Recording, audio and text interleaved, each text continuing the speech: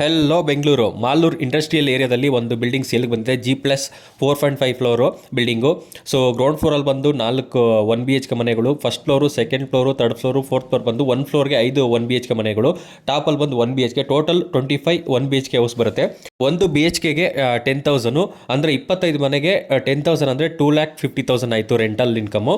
So price ಬಂದು 3.8 ಹೇಳ್ತಾ ಇದ್ದಾರೆ, ಅಂದರೆ 3,80,00,000 ಹೇಳ್ತಾ ಇದ್ದಾರೆ. ಇಂಟ್ರೆಸ್ಟ್ ಇರೋರು, ಸೀರಿಯಸ್ ಬೈಯರು, ಮಾಲೂರು ಇಂಡಸ್ಟ್ರಿಯಲ್ ಏರಿಯಾದಲ್ಲಿ ಸರ್ಚ್ ಮಾಡ್ತಾ ಇರೋರು, ಪ್ರಾಪರ್ಟಿನ ರೆಂಟಲ್ ಇನ್ಕಮ್ ಬೇಕು ಅಂತ ಹುಡುಕ್ತಾ ಇರೋರಿಗೆ ಈ ಮನೆ ಅವೈಲೇಬಲ್ ಇದೆ.